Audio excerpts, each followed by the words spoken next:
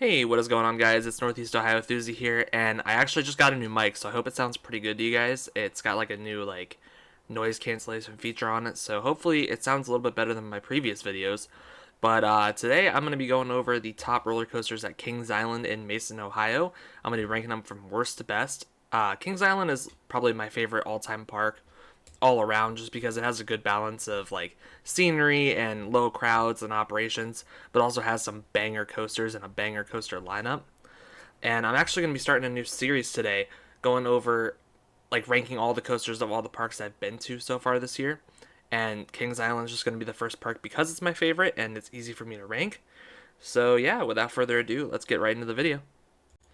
Alright, so coming in at the very last spot on this list is going to be the park's E&F Myler Kiddie Coaster, the Great Pumpkin Coaster. I have never personally been on this coaster. I know some enthusiasts were able to. I know they hold some events where they let adults on it, but I've never attended one of those events, so I've never been allowed on this coaster because I don't know any kids. Um, it's just your typical kiddie coaster. There's not much to say about it, even though I've never been on it. There's just like, it's a kiddie coaster, guys. Like, that's what it is. Alrighty, coming in at 14. This is the only other coaster I have not been on in the park, and this is going to be Woodstock's Air Rail, formerly known as Flying Ace Aerial Chase. It's a Vekoma suspended coaster, or a suspended family coaster, should I say? It's not an SLC. Um, as Airtime Thrills would call it, a Vekoma Hang and Bang. And I went on its clone at Carowinds, which is Kitty Hawk, and it's not good. It does headbang quite a bit, and it literally does nothing. It just turns a little bit, some shallow drops. I guess it's good for the little kids to like ride a coaster below the track that doesn't go upside down like the other ones in the park, or that isn't crazy like Bat. But it just doesn't get the job done for me. It was not very fun, and it comes in at number 14. Alright, now we're finally into coasters that I have personally been on, so it'll get a little bit easier to rank these. And coming in at 13 is Snoopy's Soapbox Racers. This is a Vekoma family boomerang model, or like a mini boomerang model. And this is actually the one of only two in North America. The other ones are in Europe. And I was actually very impressed with the theming on this ride and the forces it gave. This is honestly one of the more perfect like family coasters I've ever been on or even seen. And it was very smooth, very comfortable train, surprisingly, even for like if they were to put these trains on a bigger coaster, I would not be mad. Like a very good hit on this coaster for what it's targeted as, and it comes in at number 13. All right, coming in at number 12, we have probably the last like designed like family coaster on this list, and it's Woodstock Express. This is a park original, actually. I'm pretty sure this opened a year before the park did, if I'm not mistaken. But it's a PTC like mini wooden coaster for families and kids. And believe it or not, the first drop on this thing has insane ejector. Like I was taken away by that. And the reason for that is because it has those old PTC buzz bar restraints instead of like the lap bars that some of the newer wooden coasters have. And that allows you to get all of the forces like unrestrained. And even with seatbelts, they're very loose, so you still get all of that airtime. Besides the first drop, it doesn't really do much. I mean, you get some mild floater on some of the other drops, and the turns are really slow and drawn out. But it's also been taken pretty good care of by the park, I would say. It's not as rough as some older wooden coasters from that era. And yeah, it comes in at number 12. Alright, the number 11 spot, I have Adventure Express. This is an Aero mine train that opened in 1991. And as far as Aero mine trains go, this is probably one of, if not my favorite, guys.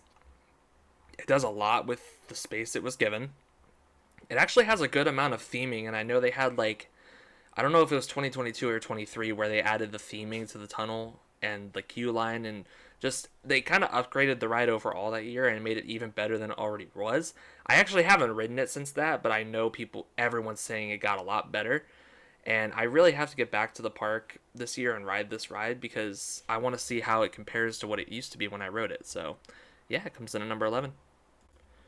All right, coming in at number 10, breaking into the top 10. This is one of the park's newer, like, family roller coasters, kind of, but it is a launch coaster, and it's Backlot Stunt Coaster.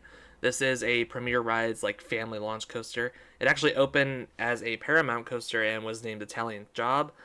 And it's got decent forces on the upward helix. It's pretty intense, but besides that, it's mostly just about the theming and being something that the whole family can enjoy. I actually despise the restraints on this thing because they're very uncomfortable on the legs, and even though there's really no airtime, it still like really staples you no matter what. And for whatever reason, this is like the only coaster in Kings Island I get stapled on a lot. So I really don't ride it too often when I'm down there, but it does come in at number 10 just because it does have that helix, which offers some pretty good forces. All right, coming in at number 9 is going to be the Racer. I actually don't like rank the each side as a separate ride because they're really not. I've done both, but I just don't even remember which one would have been smoother or not. But I will say this ride got a lot less intense when they did whatever retrack they did a couple years ago. I don't know why, and I don't know how that even happened, but it almost seems like this coaster got less airtime and more, and it got slower. I've been on like, no, it's not a clone, but I've been on a very similar coaster at Kings Dominion called Racer 75, and that ride had such greater airtime over the hills in the first half, and even the second half had some good forces. But this one just really doesn't do it for me. I still ride it pretty much every time I go to the park, but it's just not the best racing coaster in the same chain. So it does come in at number 9, but it could definitely do a lot better. All right, coming in at number 8, I have the park's actually quite rare coaster model. It's the Invertigo model that's named Invertigo. This is a Vekoma Invertigo. It's the same layout as the other Vekoma boomerangs, but this one's inverted. So it actually is quite intense on the head, I would say. Like the G forces, I always gray out on this thing, and it's a great time. Like it's a little bit rough, like you headbang a bit, especially towards the front of the train. But if you can get over that, like it's a cool experience to go backwards to those inversions while hanging under the track, and it's insanely intense. This is one of the most intense roller coasters I've ever been on, guys. And it's actually something I really recommend you guys ride when you're at Kings Island if it's open. This ride has reliability issues. It breaks down a lot. It also is the first to close if the park is short staffed. So if you're going on a weekday and they don't have enough people to work, this ride just won't open for days at a time. Like I went down there with my friends and I can't ever get them a ride on this thing because it's never open. But when I go with my family on Saturdays, like earlier in the year, it's always open and has a long line. So I don't know. You just have to get lucky with this one, but it does come in at number 8.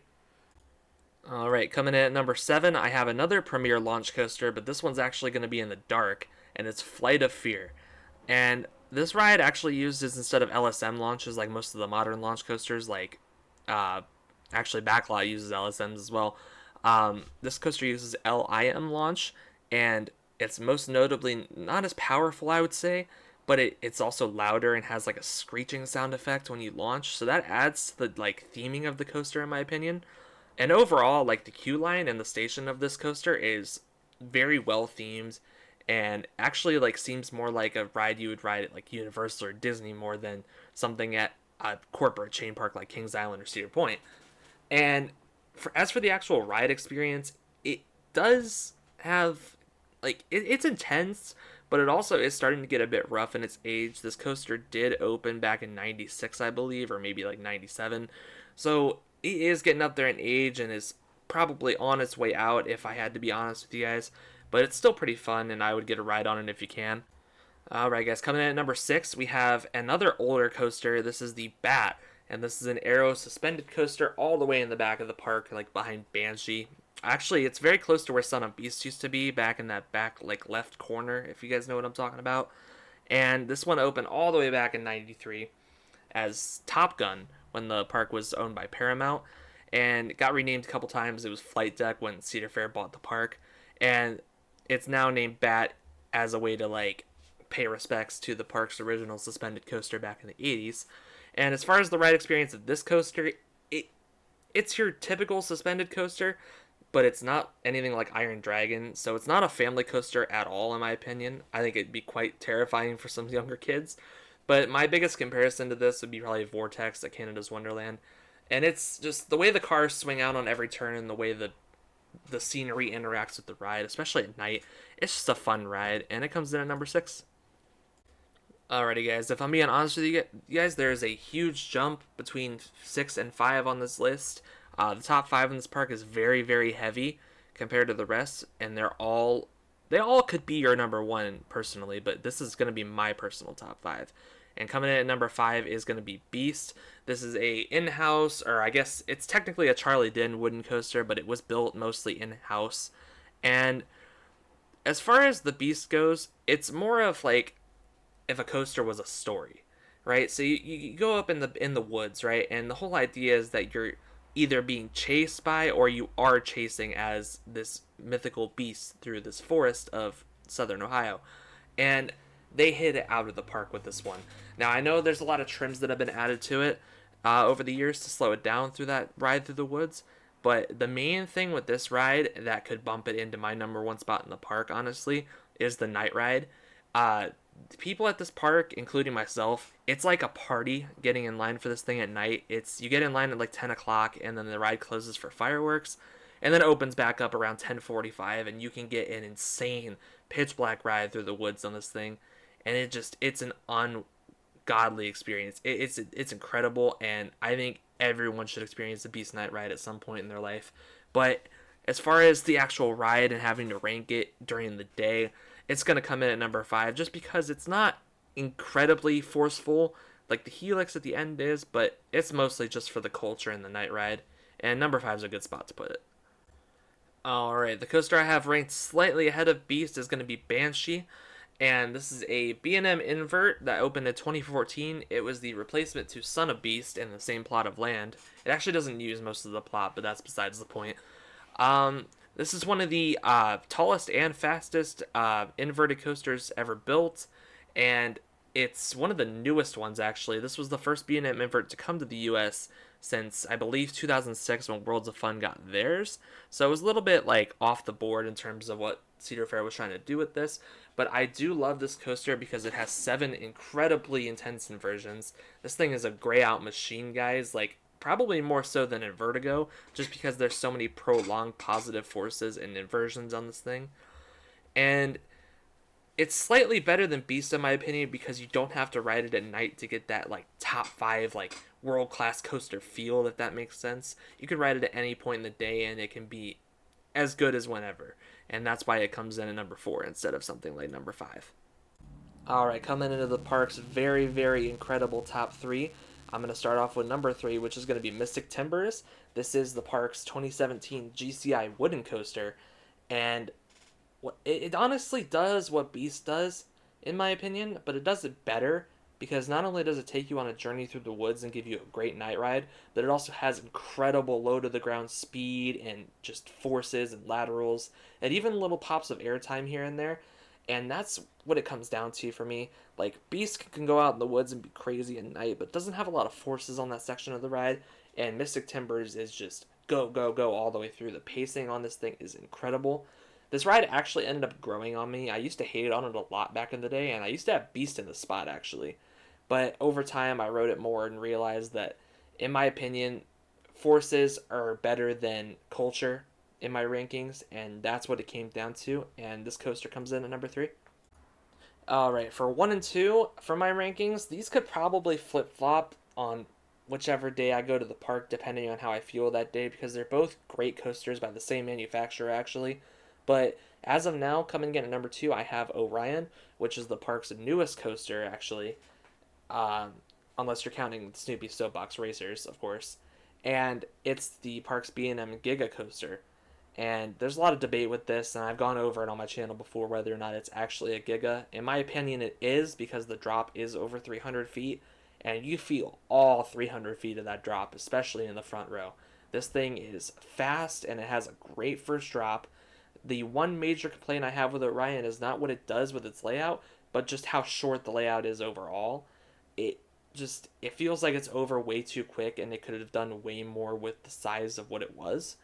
And I think that's honestly why it sticks around number 2 in the park for me, just because of what could have been with this ride. It could have been Fury's competitor, which some people do have it competing with Fury. I really don't.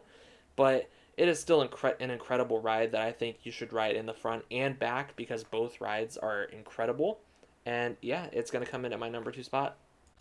Alrighty, coming in at the number one and final spot, the best coaster in my opinion in Kings Island, and this is the only coaster at the moment that is in my top 10 overall, and it's Diamondback, the park's 2009 B&M Hyper Coaster. And wow, this coaster it feels like it goes on forever. Like, yeah, the first drop's really good in any row, obviously. The staggered seating makes it even better. I love the trains on this thing. But even after the turnaround, it feels like there's a whole second half to the ride that offers good forces. And also, the splashdown is amazing. If you sit in the back right row, you can actually stick your hand out and get sprayed like a water ride. So, on a really hot day, that actually does come in handy. I remember doing that when it was like 100 degrees down there. But, anyways, it's Diamondback, guys. If you've been on it, you know how good it is. It offers, I think, way better airtime and forces overall than Orion does. Even though it's not as big as Orion, it does more with what it is, if that makes sense to you guys. And that is why it comes in at my number one spot overall in the park, and it's actually my number 8 spot overall in on any coaster I've ridden out of like 105. So, yeah. Alrighty, that is going to do it for today. Thank you guys so much for watching, and make sure to hit that like and subscribe button if you like what you saw. And I want you guys to leave your comments and thoughts down below on what I can do better, or like what you guys liked about today. Because like I said at the beginning of the video, this is a series that I'm going to start, and I really need your guys' support to do that. So thank you in advance, and I will see you next time.